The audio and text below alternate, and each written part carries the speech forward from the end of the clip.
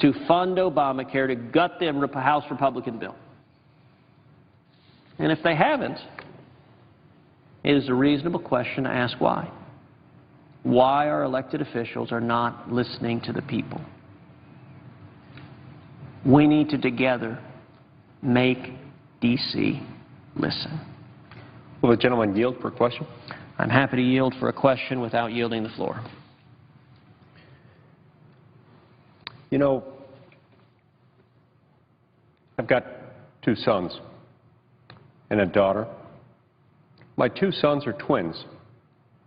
They're teenagers. They're good boys. They're both 4.0 students, and I couldn't be more pleased with them. They work hard. I had an experience with them about a year and a half ago that comes to mind. I was driving down the street with them in my car one day. We were listening to the radio, as I often do with them. We were listening to a popular song familiar to all 3 of us, a song that we had heard on many, many occasions. On this particular occasion, I started noticing the lyrics more than I had on previous occasions in the past.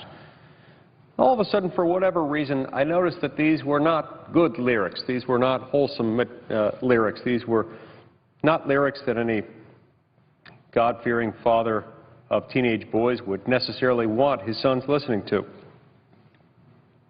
All of a sudden, I pointed out to my twin sons, after turning down the radio, these are terrible lyrics. And I asked them, have you ever really listened to the words of this song? Do we like the message that's in this song? My son John didn't miss a beat. Without hesitating, without batting an eye, John looked right at me and said, Dad, it's not bad if you don't think about it. I immediately thought that was funny. That was his response. This was teenage reasoning at its very best. It's not just teenage reasoning, it's the way a lot of us think about things. We think about things by saying certain things aren't that bad if you don't think about them. Well, in many respects, that's reflective of what we face in our country today. A $17 trillion debt and growing at a rate approaching $1 trillion a year isn't bad if you don't think about it. Having a 2,700-page health care law with 20,000 pages of implementing regulations isn't bad if you don't think about it. Having between $1.75 and $2 trillion a year in existing federal regulatory compliance costs isn't bad if you don't think about it. Having the world's highest corporate tax rate, at least the highest corporate tax rate in the developed world, isn't bad if you don't think about it. You see, a lot of these problems that we face aren't bad, but only if you don't think about them. The problem is, in the United States Senate, it's our job to think about these problems.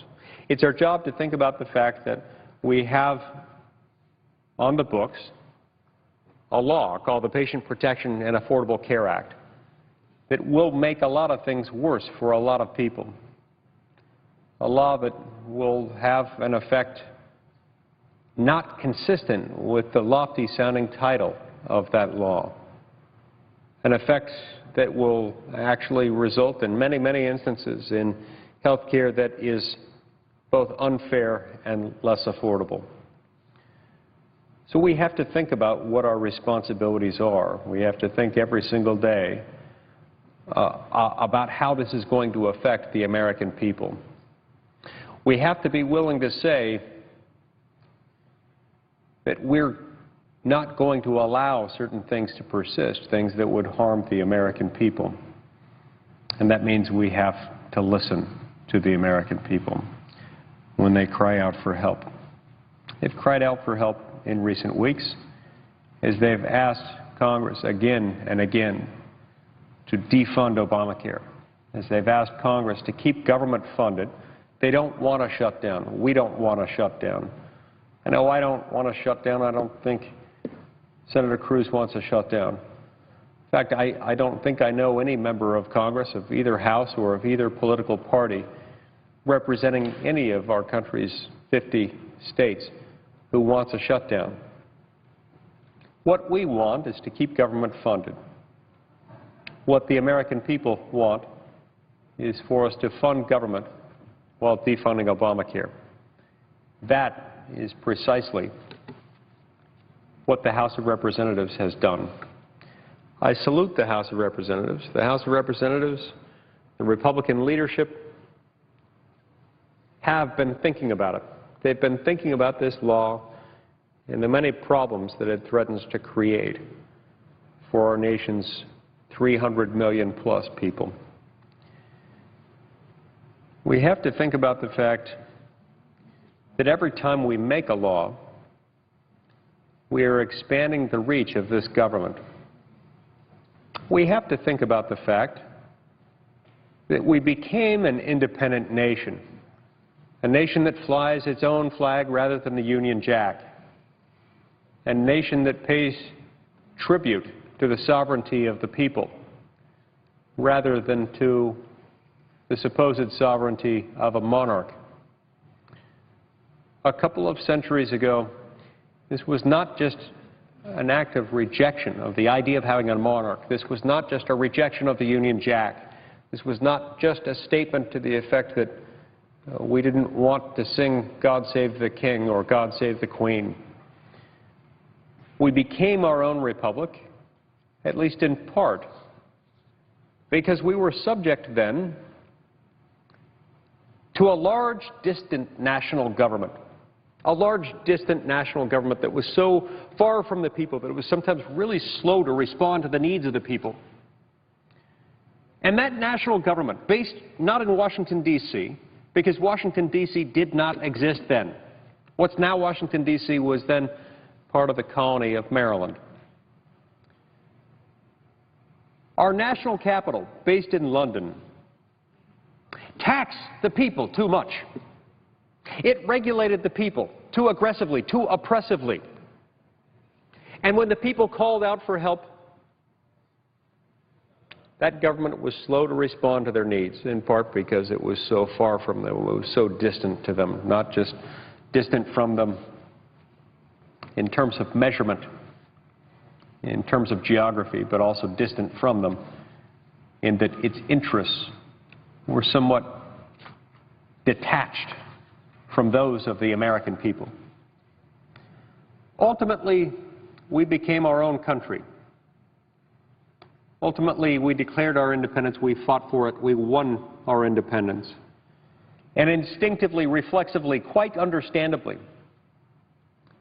we established a national government because we knew we would need one. We knew that each of these 13 colonies could not exist independently as a freestanding republic. We knew that we would need a national government to provide for those basic things that a national government generally must provide.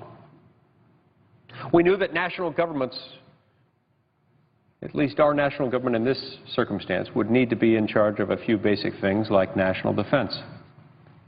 And yet we feared what national governments could do, because we know that when governments become big, there is a greater risk toward tyranny, even if it's a type of tyranny that exists only by degrees.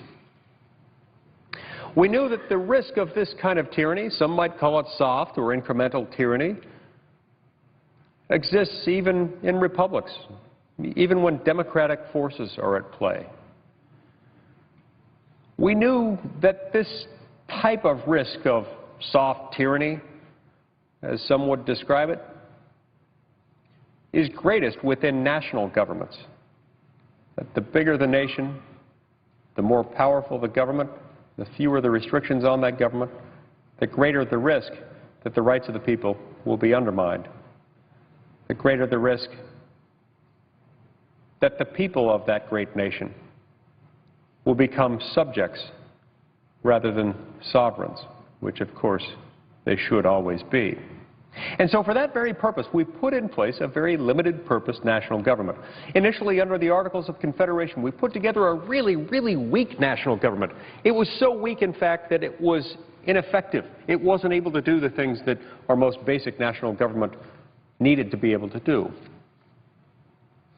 Congress, under the Articles of Confederation, had some powers, but they proved to be not enough. It had no power of raising revenue independently of the states. It had no power of regulating commerce or trade between the states and with foreign countries.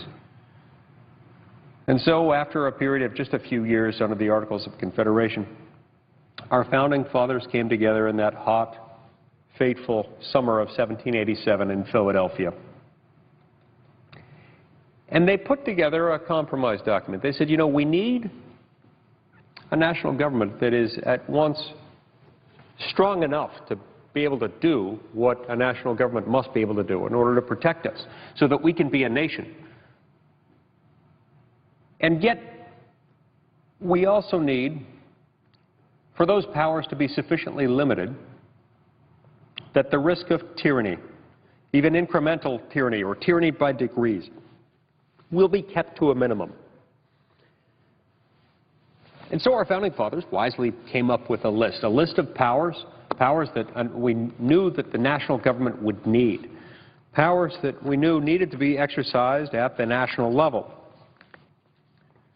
Those powers, the vast majority of which are found in one part of the Constitution, often overlooked, but is perhaps the single most important portion of the Constitution, at least for purposes, our purposes here, a part of the Constitution we have to look to more frequently here, Article 1, Section 8. Article 1, Section 8 and its 18 clauses go through the basic powers of Congress.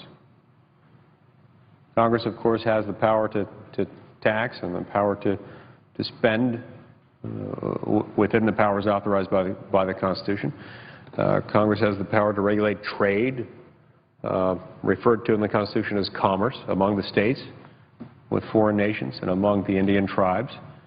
Congress has the power to coin money and regulate the value thereof, to develop a uniform set of laws governing naturalization, or what we would today call immigration, the power to provide for our national defense, to declare war,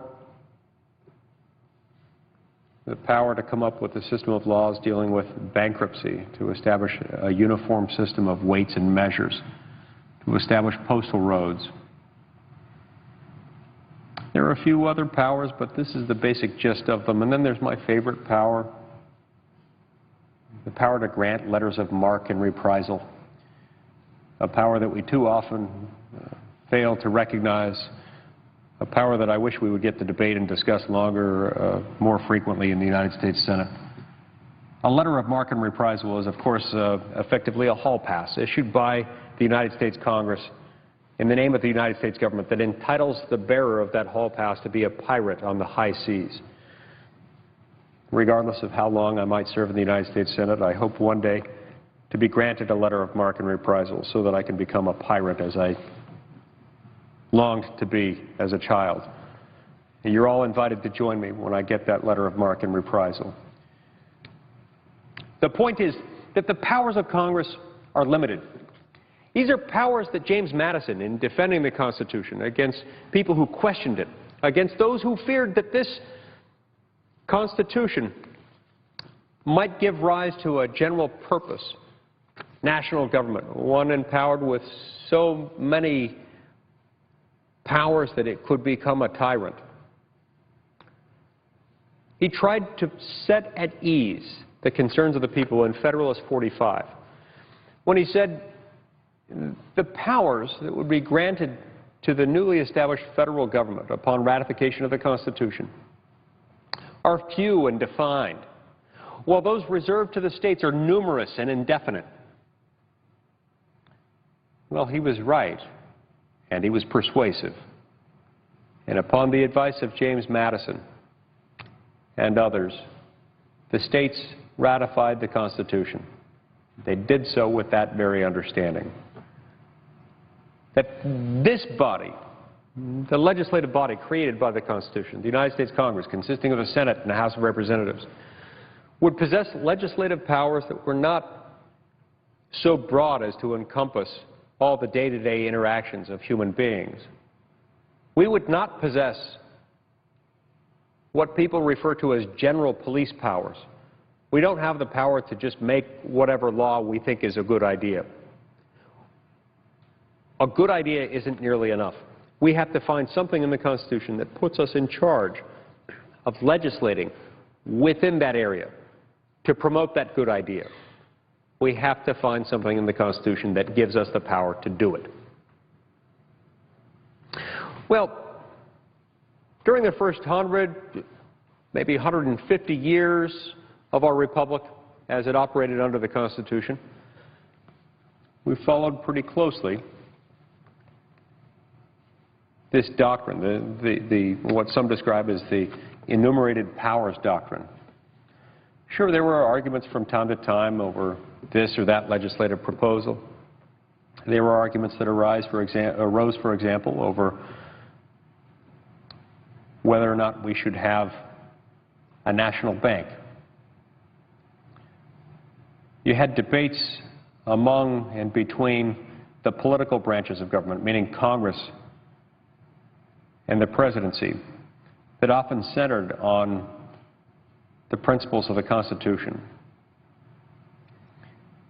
It was very common to have constitutional concerns brought up on the floor of this body or on the floor of the House of Representatives as a basis for halting serious consideration of a legislative proposal on grounds that it simply was not within Congress's power to enact.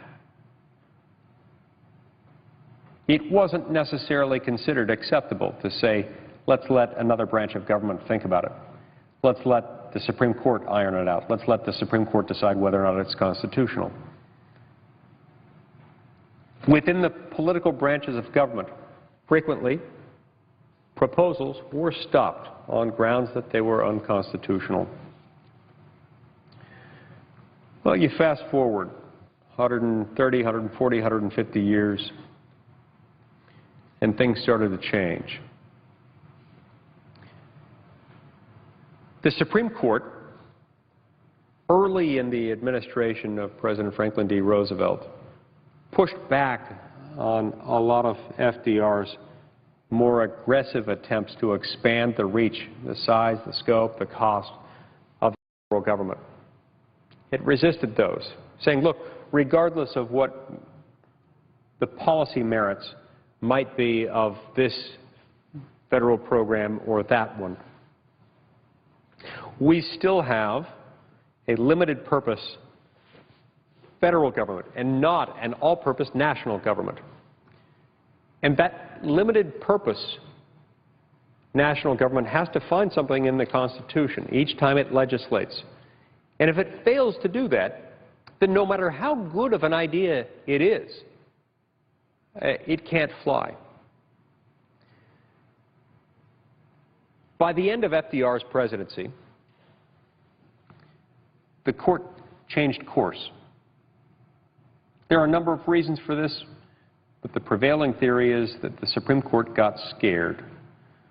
It got scared as a result of FDR's court-packing plan. You see, the Supreme Court moved into its new building across the street, the shining marble palace that we see just outside of the door to the Senate here. Moved into that building in 1935. The justices liked their new white marble palace. They enjoyed it. They didn't want FDR or any other president raining on their parade by packing the court, by fundamentally altering the nature of the court's composition. And so, for that reason, many theorize, the court changed its positions. The court stopped resisting FDR's attempts at expanding the federal government's power.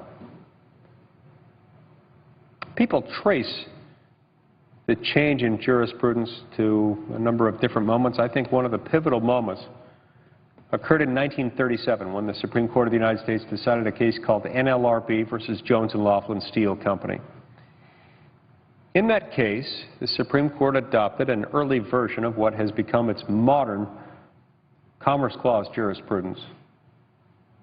The Supreme Court started concluding that where there is an activity that is commercial in nature, economic in nature, Congress may regulate that activity so long as there is a substantial connection between that activity and interstate commerce. It was in that case that the Supreme Court, for the first time, smiled upon federal regulation of what were previous to that time considered local activities like labor, manufacturing, agriculture, and mining. Now, that's not to say that those things shouldn't ever be regulated by any government anywhere. It's not to say that the Supreme Court, prior to NLRB versus Jones and Laughlin Steel, ever suggested otherwise. But it is to suggest that prior to that case, regulation of local activities like labor, manufacturing, agriculture, and mining were considered more appropriate for state and local governments and not for our national government. Within the next 5 years, the Supreme Court solidified its position on the Commerce Clause, and in many respects, it allowed its power to reach a high watermark in the 1942 case of Wickard versus Filburn. Let's talk about that case for just a minute because I think it bears on what we're talking about here. That case involved a farmer by the name of Roscoe Filburn. He got himself in trouble with the law. You might be asking yourselves, well, what did farmer Roscoe Filburn do? What did he do to get himself in trouble with the feds? Was he a bank robber? No, he didn't rob a bank. Drug dealer? No, didn't do that. Murderer? Kidnapper? No. You want to know what Roscoe Filburn did? He committed a grave offense against the United States. He grew too much wheat. Yes, scary but true. Roscoe Filburn grew more wheat than Congress, in its infinite wisdom, saw fit for any American to grow in any one single year. Congress, you see, had by then decided that it needed to regulate nearly every aspect of human existence, if possible. That it even had the wisdom and the foresight necessary to direct the entire economy, right down to how much wheat a particular farmer could legally grow. So Roscoe Filburn was fined many thousands of dollars for growing too much wheat. That was a lot of money in those days. Fortunately, Mr. Filburn had a good lawyer. Mr. Filburn was determined not to allow his life to be micromanaged by federal officials in Washington, D.C. Mr. Filburn challenged the enforcement of this law against him. And he did so with this theory. He said, look, the statute that I've been accused of violating was enacted pursuant to the Commerce Clause of the U.S. Constitution, Article 1, Section 8, Clause 3. The Commerce Clause applies to interstate commerce, commerce or trade occurring between the states, not intrastate commerce, commerce within a state. That commerce which is within a particular state is not subject to Congress's authority under the Commerce Clause. And what Roscoe Filburn argued through his lawyer was that the wheat that he grew in excess of the national wheat production limit never entered interstate commerce because it never entered commerce at all. You see, Roscoe Filburn used that wheat entirely on his farm. He used some of it to feed his animals, used some of it to feed his own family, and he reserved the balance of that grain to use as seed for the following season. And so on that basis, he said, look, you can get after me for any reason you want. You can get after me if you want for violating this wheat production limit. But the fact is, this law can have no application here because this wheat never entered interstate commerce or any other form of commerce. It never left my farm.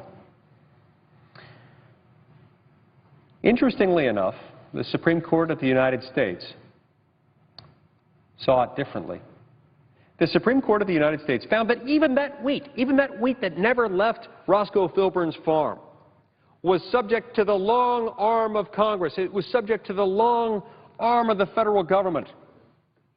It was subject to that same federal power that James Madison once described as few and defined.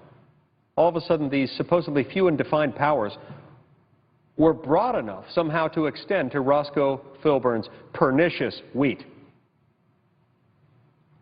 The Supreme Court said, in essence, that this wheat, because it was grown on Roscoe Filburn's farm in excess of the grain production limit imposed by federal law, because it was grown and used on that farm, it was grain that Roscoe Filburn would have otherwise purchased, but did not have to purchase on the open market, a market that was distinctively interstate. And because he grew it and used it on the farm, he didn't buy it somewhere else. Thus, Roscoe Filburn, by growing too much wheat, shamefully distorted and undermined the interstate market in wheat. Undermined it in the sense that it drove the price in a different direction than Congress, in its infinite judgment, saw fit to direct the economy.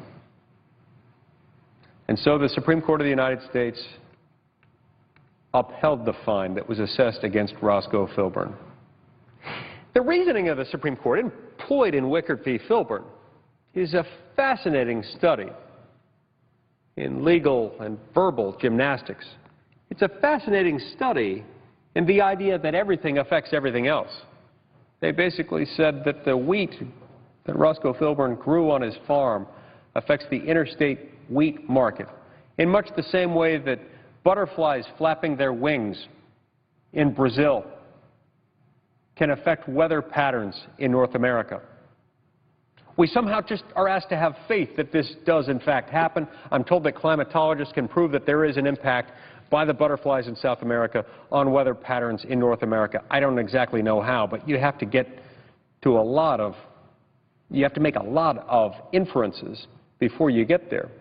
But as many inferences as have to be made with the butterflies, I think there are even more inferences that have to be drawn with respect to Roscoe Filburn's wheat.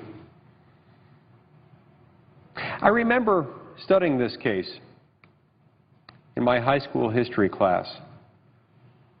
I remember arguing with my history teacher about this.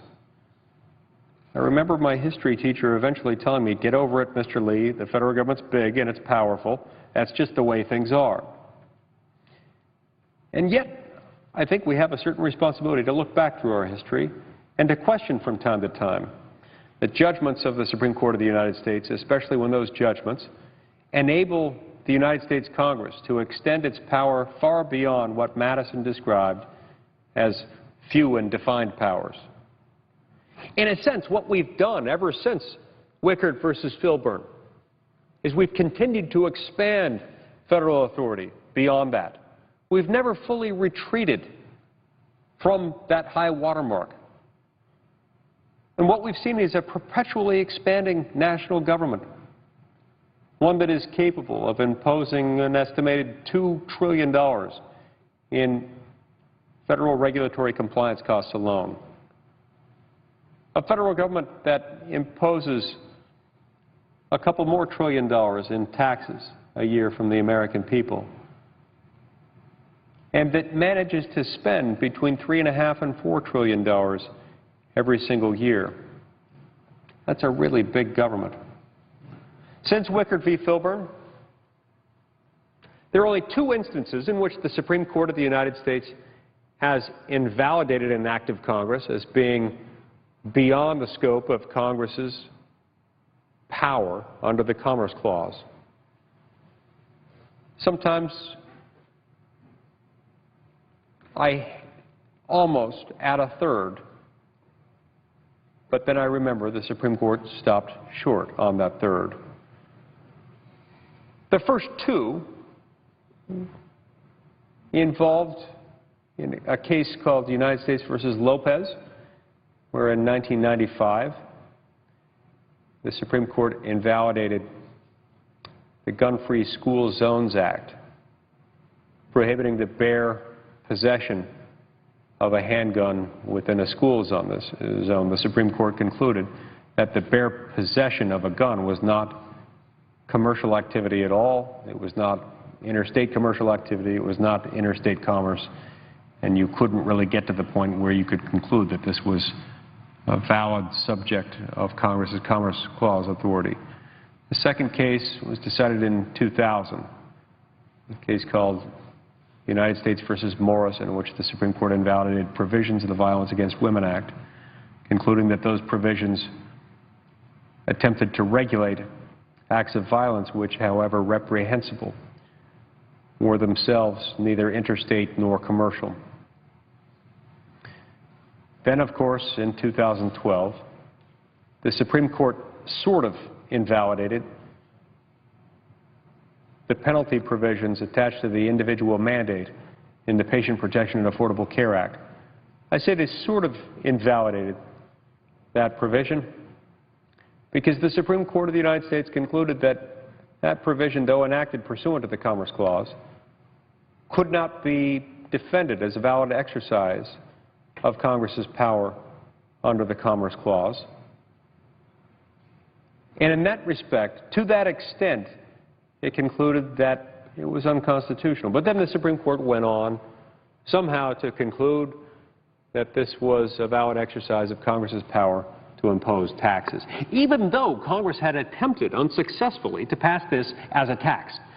Even though new taxes have to be introduced in the House of Representatives and passed into law by both houses of Congress and signed into law by the President. Even though the Supreme Court of the United States has no authority to levy taxes, to impose taxes, to create taxes. The Supreme Court of the United States created out of whole cloth a new tax which it imposed on the American people, a middle-class tax hike, which the court has no power to impose. It has no power to levy taxes, and yet the court did it anyway. I get asked all the time when I tell that story, how then did the court do it? If the court has no power to do it, how did it do it? Well, it just did. It just declared it to be so. And the rest of us were expected to accept that and get over it and move on. Just as I was told by my high school history teacher to accept and get over and move on from Wickard v. Filburn because the federal government is big and powerful and we can all live with it. Well, we can all just have to live with it, but only as long as the American people put up with it, only as long as the American people are willing to accept it. The American people have never been enthusiastic about Obamacare, not from the beginning. Their satisfaction with this law has not improved over time. It has not been enhanced.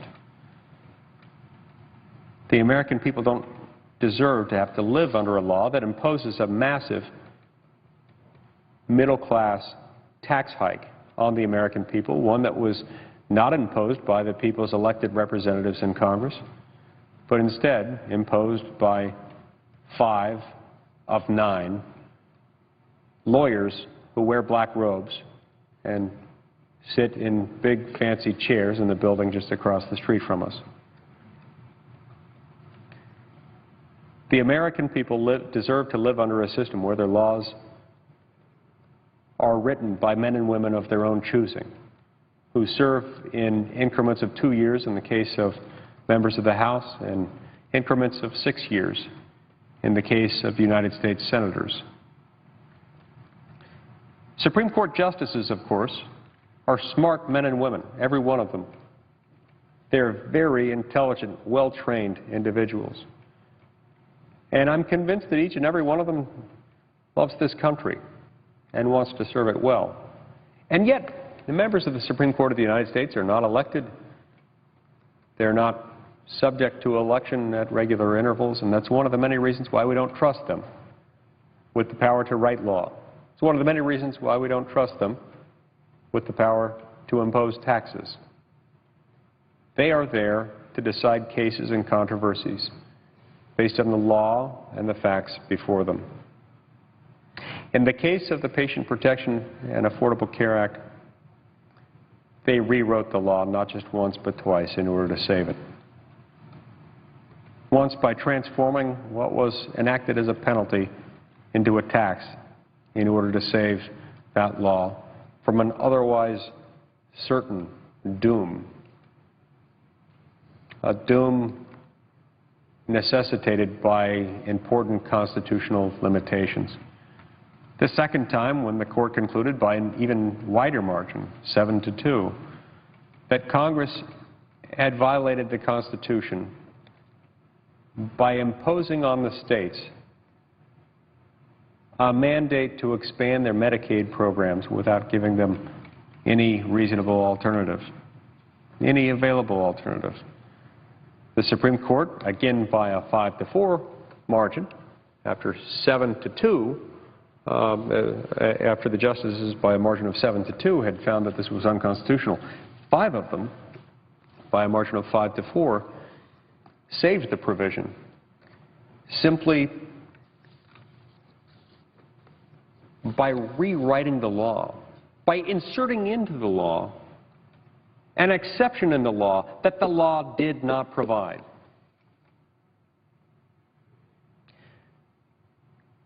I believe it may have been Shakespeare who originally penned the words, "He'll cheat without scruple who can without fear." I've also heard it attributed to Benjamin Franklin. I'm not sure which of them was the originator of that quote, but I've heard it attributed to both. Regardless, there has got to be a legal corollary to that.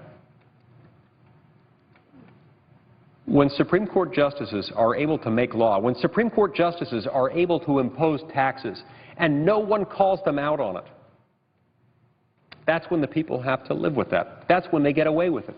That's when they're allowed to cheat the American people out of their right to have their laws made by men and women of their own choosing, to have their taxes increased, if at all, only by men and women of their own choosing.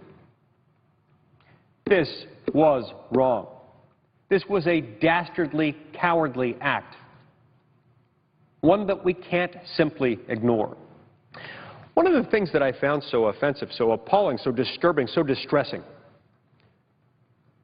was the fact that in the wake of this decision, so many people, many of them from my own political party, praised Chief Justice Roberts for his participation in this dastardly, inexcusable act of rewriting the Affordable Care Act not just once, or rewriting the Affordable Care Act not just once but twice in order to save it. They praised him. Some of them said this showed that he was willing to cross the aisle at the Supreme Court. Well, that's a problem. There is no aisle in the Supreme Court of the United States. They sit along a bench. At the center of the bench is the Chief Justice. There isn't an aisle, and in fact, particularly once they've been appointed by the President and confirmed by the Senate, Supreme Court justices operate in a world in which partisan political affiliation has no meaning. This wasn't reaching across the aisle. Some suggested that this was somehow a statesmanlike act by the Chief Justice, an act that revealed that he was willing to sort of balance various interests, an act that some Republicans even were convinced was carefully and wisely engineered to procure a Republican partisan victory in the 2012 election cycle. That's absolute nonsense, first of all. As a political matter, we saw that it turned out not to work at all. I don't necessarily think there's any validity to the theory that that's what the Chief Justice was trying to bring about. If it was, that would amount to an utter betrayal of his judicial oath It would also reveal him to be a really bad political tactician. But that's not the Chief Justice's job. It's not the job of any justice, of any jurist. The job of any jurist is to decide each case before the court based on the law and the facts of the particular case. Some have suggested that this was designed to protect the enumerated powers doctrine, or at least the idea that there is some limit to Congress's power under the Commerce Clause. I believe that's utter nonsense. This didn't do that. In fact, I think it blew a hole a mile wide in the enumerated powers doctrine.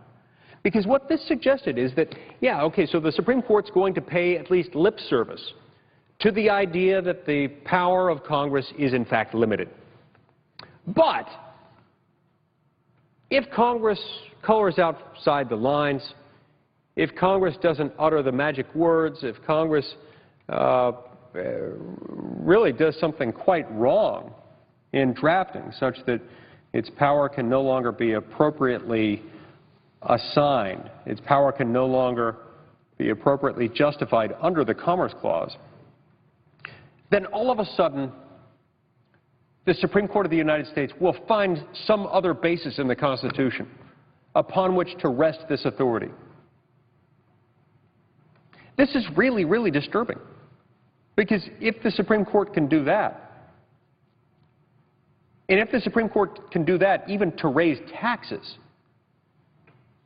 then Congress can pass all kinds of laws, in theory, purporting to be simply exercises of its regulatory power under the Commerce Clause, and then rely on the Supreme Court of the United States to say, yeah, okay, this may not be a valid exercise of Congress's power under the Commerce Clause, but we will rewrite it as a tax. We'll rewrite it as a tax and thereby uphold it, thereby stand behind it.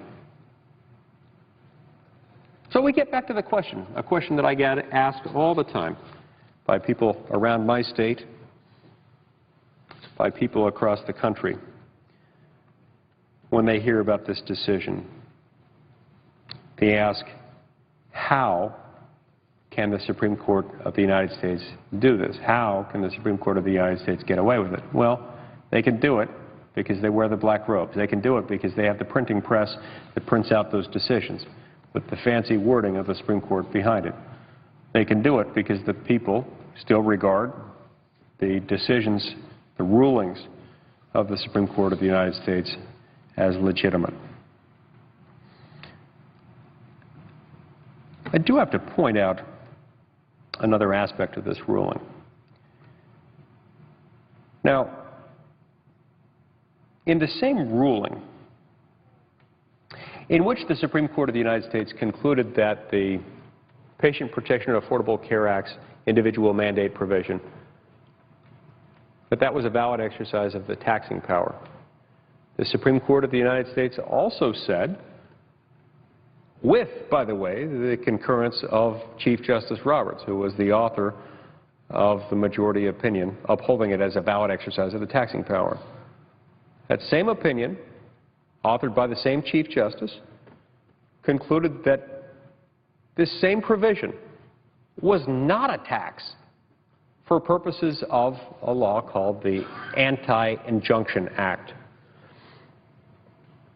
Had the Supreme Court of the United States not reached that conclusion, had it reached the same conclusion under the Anti-Injunction Act that it reached under the constitutional aspect of the challenge, had the court concluded that this was in fact a tax and not a penalty, as it did under the constitutional analysis, then the Supreme Court of the United States would have been without jurisdiction to hear the case, because the Anti-Injunction Act said if it's a tax, you can't review the statute being challenged until after it's been enforced, which meant that no legal, no judicial challenge could have been properly brought, could have been countenanced by an Article III court of the United States until at the earliest sometime in 2014.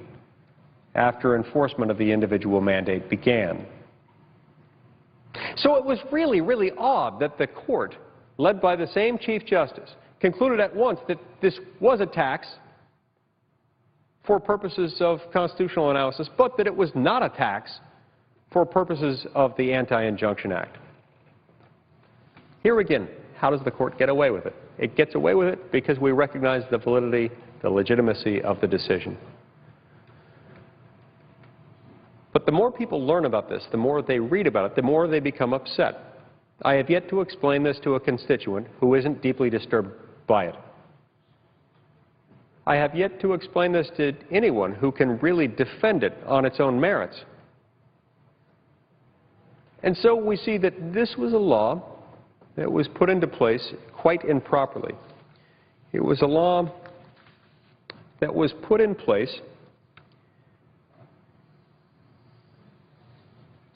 not by an elected legislative body, but instead by a judiciary that, at least for purposes of this case, transformed itself into a judicial oligarchy of sorts. A judicial legislative body. One of the many reasons why we need to defund the implementation of this law.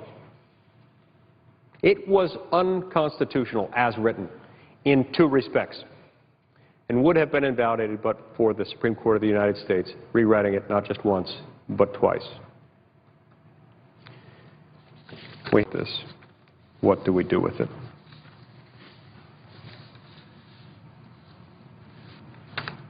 That's where we get back to where we are now, where the House of Representatives boldly stood behind the American people and decided to keep funding the government, funding the operations of government while defunding Obamacare. That law, that bill, that continuing resolution is now moving over here.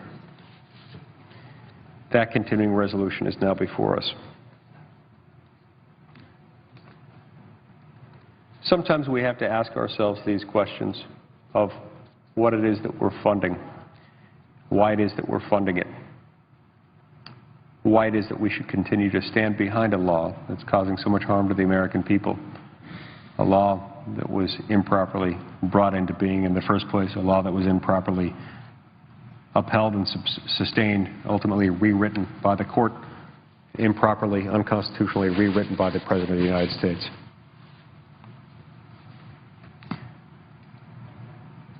So, Senator Cruz, I'd like to ask you, do you know how long the 100 Years' War lasted? Well, I thank my friend from Utah for his remarkable discourse on constitutional law. And as for the latest question you asked, you might think the 100 Years' War lasted 100 years, but think again. It was 116 years. Things are not always as they seem. Can you tell me, Senator Cruz, where do Chinese gooseberries come from? I yield for this question, and most would say China. But think again. Chinese gooseberries actually come from New Zealand. The way things are labeled are not always, in fact, what they are. And if the gentleman will yield for another question. I will yield for a question without yielding the floor. Commercial airplanes, as far as I know, all airplanes in the United States have within them something called a black box. A black box that records the events of the cockpit and also records critical operating data from the airplane so that in the event of an accident, the data and the voice recordings can be reviewed to try to figure out what happened. Do you know what color the black box is? Senator Lee, I do, and a lot of people would say it must be black. If we were dealing with the ordinary English language, it would be black, but perhaps airplane manufacturers think like Congress because the black box on an airplane is orange.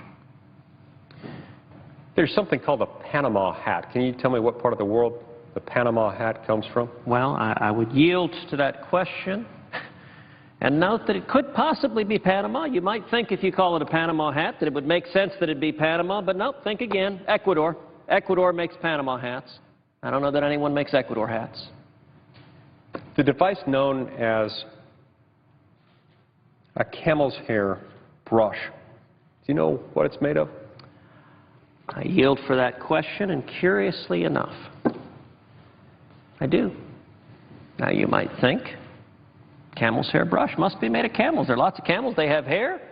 Surely you can make a brush. Well, maybe you can. I don't know if you can. But a camel's hair brush is made of squirrel fur.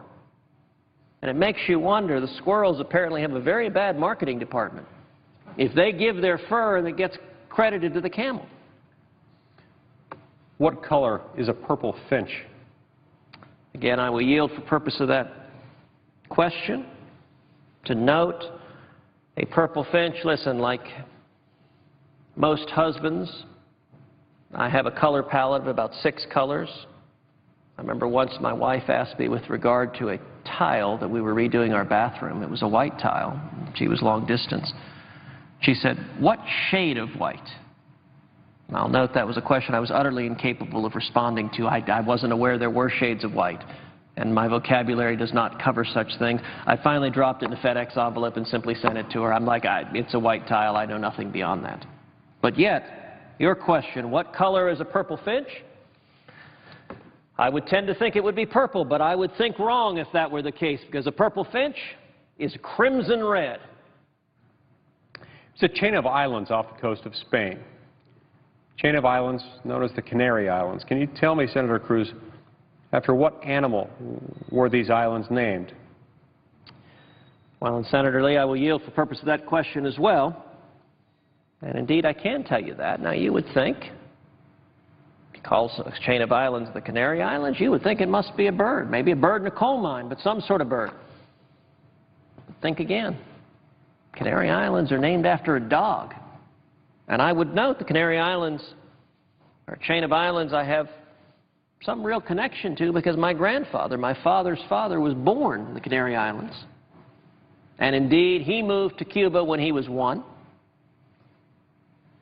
was raised in Cuba. My father was born in Cuba, was raised in Cuba. And you know, the lesson from all of these is really striking. Labels don't always mean what they say. And some might wonder, what does this chain of insightful questions from my friend, the junior senator from Utah, how does it relate to the issue of Obamacare? Well, if you look at Senator Lee's tremendous discourse on the Constitution, and I would note, by the way, there is not another senator in the United States Senate that could give that constitutional lecture that my friend Senator Lee did, sharing with this body. I wish all 100 of us had been here to hear that, because a lot of senators, all senators, would be well served by learning or relearning those basic constitutional principles. But the question is, would any of them be willing to listen to it or interested in it? Would most of them consider it a form of torture?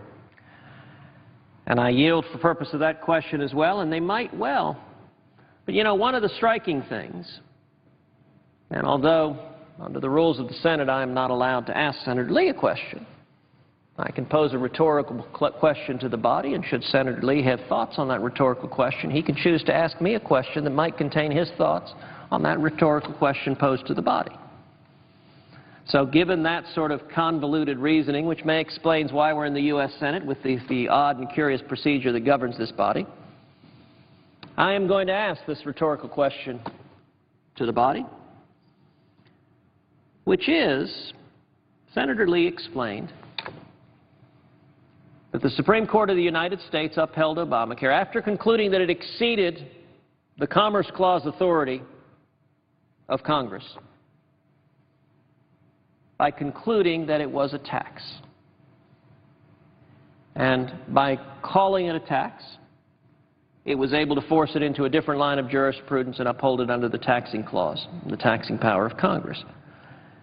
And I would ask rhetorically to this body,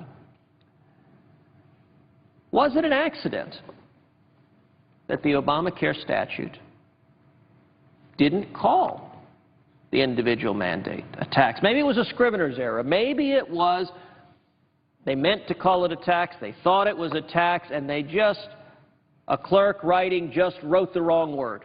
And so instead of tax, the word penalty. I mean, surely that's not consequential. I mean, it must purely have been an accident.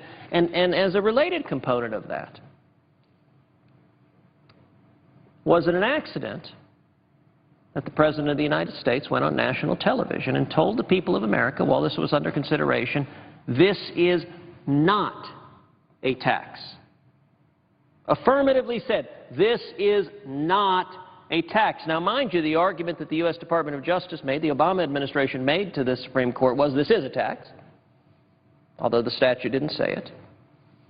And the argument the Supreme Court ultimately found persuasive was this is a tax, although the statute said it was a penalty and not a tax. And the question I would rhetorically pose is, was it an accident, or is there perhaps another reason why elected politicians would not call something a tax?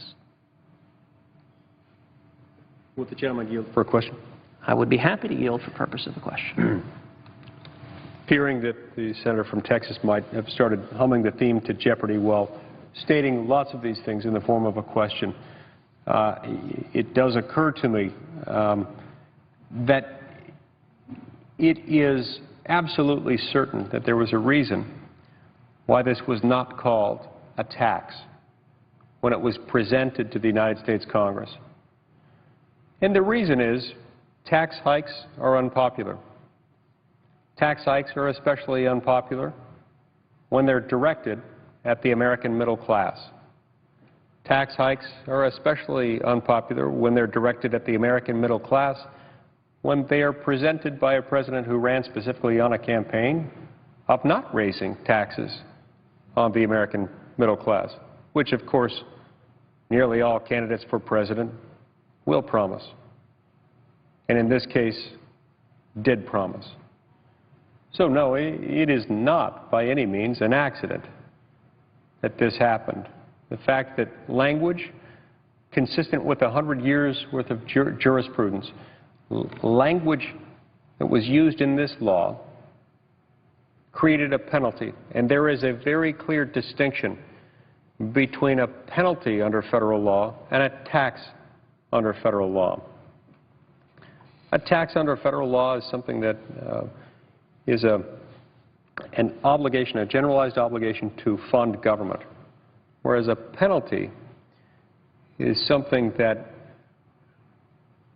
involves both a requirement under federal law and a provision exacting a payment as something that occurs in response to noncompliance with that requirement. And so, no, this was not an accident at all. So I'd ask Senator Cruz whether this aspect of the Affordable Care Act, and also the fact that Obamacare is called the Patient Protection and Affordable Care Act, doesn't it strike you that this in so many ways really is a misnomer, in much the same way that the 100 Years' War didn't last 100 years, the Chinese gooseberries come not from China but from New Zealand, that the black box is orange, that Panama hats come from Ecuador, that camel's hair brushes are made of squirrel fur. By the way, I don't ever want to try one of those. That doesn't sound pleasant. That the purple finch is actually red, and that the Canary Islands are named after a dog. So, too, the Patient Protection and Affordable Care Act is a name that doesn't accurately describe the finished product, because this is a law that will make health care less affordable rather than more, and it's a law that subjects patients to a lot of harm rather than protecting them. So does that mean we should think again about Obamacare in the same way that we need to think again in the answers to some of these questions? I think the good senator from Utah is exactly correct in that. And indeed, as he quite rightly explained, that it was not an accident that Congress deliberately did not call the individual mandated Obamacare a tax, nor was it an accident that the President of the United States explicitly said it is not a tax, because the effort was to represent to the American people that it was something quite different.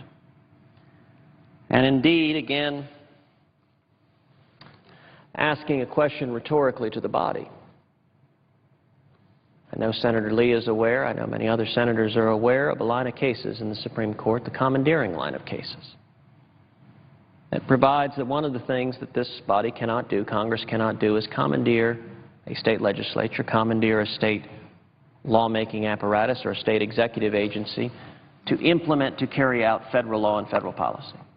And indeed, the Supreme Court has explained the reasoning behind the commandeering line of cases is that fundamental to our democratic system, fundamental to our constitutional system, is the notion of accountability. The notion that the voters should be able to determine who is it that put this policy in place. And if Congress could commandeer and force state legislatures to carry out federal policies, it might be that voters would get mad at the state legislators. And they'd be mad at the wrong people, because if the decisions were coming from Congress and yet it was the state legislators being commandeered into acting, that would frustrate the principles of accountability that underlie our constitutional structure. And so the Supreme Court has explained that to make the democratic system work, the voters need to be able to understand who's made a decision, what that decision is, and if they don't like it, they need to be able to, as they say colloquially, throw the bums out. And the Affordable Care Act, in Congress declining to call it a tax,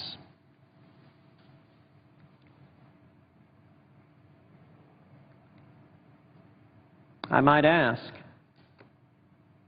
did the Supreme Court's rewriting the statute to call it a tax for Congress, to call it a tax for the President, despite the fact that both had said it was not, did that contravene the accountability principles that underlie the Supreme Court's commandeering doctrine, that underlie the constitutional principles of, frankly, a Republican form of government, where we may know who our elected officials are and what their actions are, and that they may be held accountable for those actions so that a democratic republic can function?